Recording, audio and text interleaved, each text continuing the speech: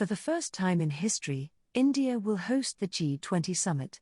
This summit will be held in Delhi, India, over 2 days, from the 9th to the 10th of September 2023. As a result, we believe now is a good opportunity to explore the G20 as a global organization by focusing on its brief history, its reach, its achievements and challenges since its establishment. We will also discuss some of the key issues that will take center stage at the upcoming 2023 summit in India, as well as explore the relevance and importance of the G20 in today's times. So, subscribe now. And let's get started. Let's first explain what the G20 is and its brief history. The Group of 20, commonly referred to as the G20, is an international forum of 20 of the largest economies in the world that meet regularly to discuss the most pressing issues facing the global economy. This forum was established in 1999 to promote international financial stability and economic growth. The G20 comprises of Argentina, Australia, Brazil, Canada, China, France, Germany, India, Indonesia, and Italy, as well as Japan, Mexico, the Republic of Korea, Russia, Saudi Arabia, South Africa, Turkey, the United Kingdom, the United States, and the European Union. The G20 often invites guest countries and international organizations to participate in its summits and discussions. These invitations are typically extended based on the relevance of the issues being discussed and the potential contributions of the invitees. The host country also gets to invite guest countries to participate in the summit. These are countries usually from its region. So, how big is the G20? Here are some interesting stats about the G20 as a unit. The G20 members represent over 2/3 of the world's population. They also represent approximately 85% of the world's GDP. The G20 also account for about 75% of the world's trade. In other words, the G20 countries are responsible for the majority of the world's economic activity and trade. This makes this forum a very important group of countries when it comes to shaping the global economy. So, how does the G20 operate? The G20 does not have a permanent secretariat or staff. Instead, the G20 presidency rotates annually among its members and is selected from a different regional grouping of countries. The 19 member countries are therefore divided up into 5 groups, comprising a maximum of 4 countries each. Most of the groups are formed on a regional basis. That is, countries from the same region are usually put in the same group. Group 1 comprises of Australia, Canada, Saudi Arabia, and the United States, while Group 2 comprises of India, Russia, South Africa, and Turkey. Please note that these 2 groups do not follow the usual pattern of regional allocation. Group 3, on the other hand, includes Argentina, Brazil, and Mexico, while Group 4 includes France, Germany, Italy, and the United Kingdom. Lastly, Group 5 includes China, Indonesia, Japan, and the Republic of Korea. The European Union, which is the 20th member, is not a member of any of these regional groups. However, it is an active participant in G20 meetings and in the summits. The EU is represented in G20 summits by the President of the European Commission and the President of the European Council, along with the rotating presidency of the Council of the European Union. As indicated, each year another country from a different group assumes the G20 presidency.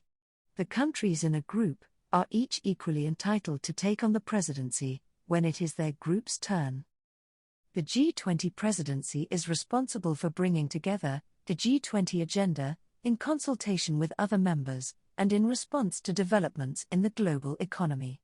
To ensure continuity, the presidency is supported by a troika made up of the current, immediate past, and next host country. The presidency of the G20 is currently held by India, from Group 2. Its term started on the 1st of December 2022 and will end on the 30th of November 2023. During India's presidency, the members of the G20 Troika are Indonesia, India, and Brazil. Over the years, the G20 has achieved significant milestones since its establishment in 1999. During the 2008 global financial crisis, the G20 played a pivotal role in coordinating policies that helped stabilize the world economy. It also established the Financial Stability Board and implemented reforms to prevent future financial crises. This has helped to prevent a repeat of the 2008 financial crisis.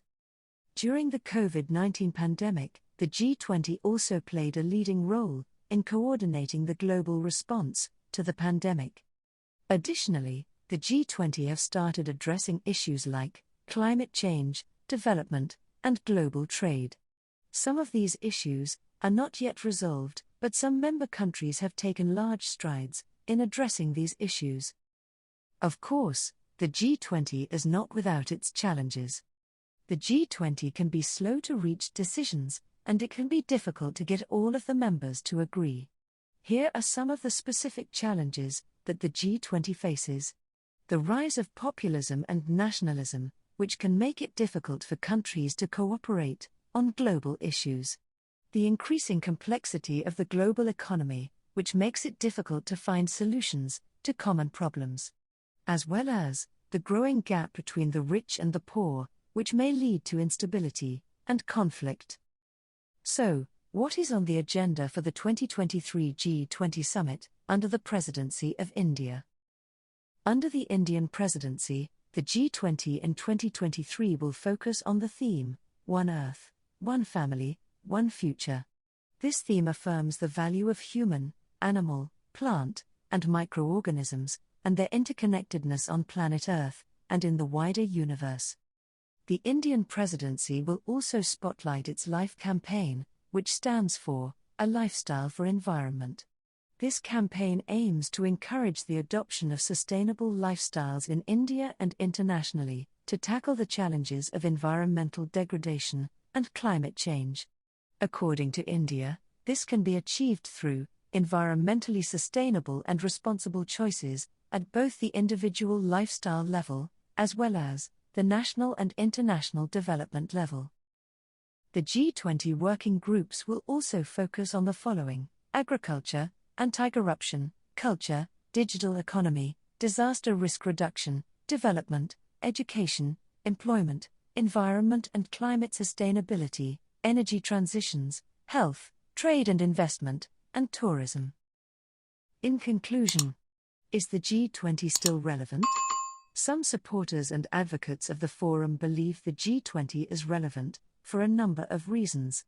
In this next section, we list 5 of those reasons. 1. Economic significance.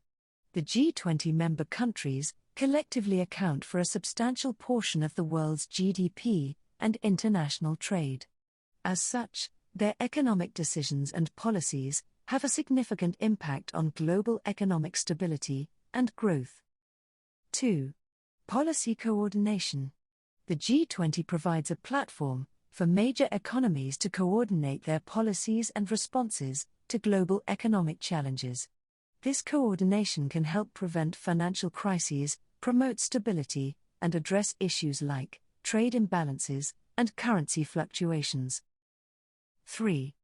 Global challenges. The G20's relevance extends beyond economics. It addresses a wide range of global challenges, including climate change, development, health, and security. Its ability to bring together major economies to tackle these issues makes it an important player in shaping global policies. 4. Multilateral diplomacy and diversity.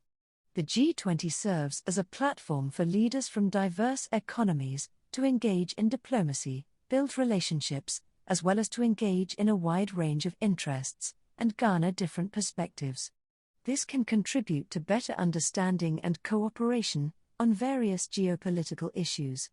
This diversity also allows the group to represent the interests of a wide range of countries, and economies. And lastly, 5. Global governance reform. The G20 discussions often touch upon reforming international financial institutions and governance structures to reflect the evolving global economic landscape. This was demonstrated during the 2008 financial crisis, when it played a central role in coordinating responses to stabilize the global economy. With all its challenges and complexities, some believe the G20 remains an important forum for addressing global economic challenges, and it is likely to remain relevant for many years to come.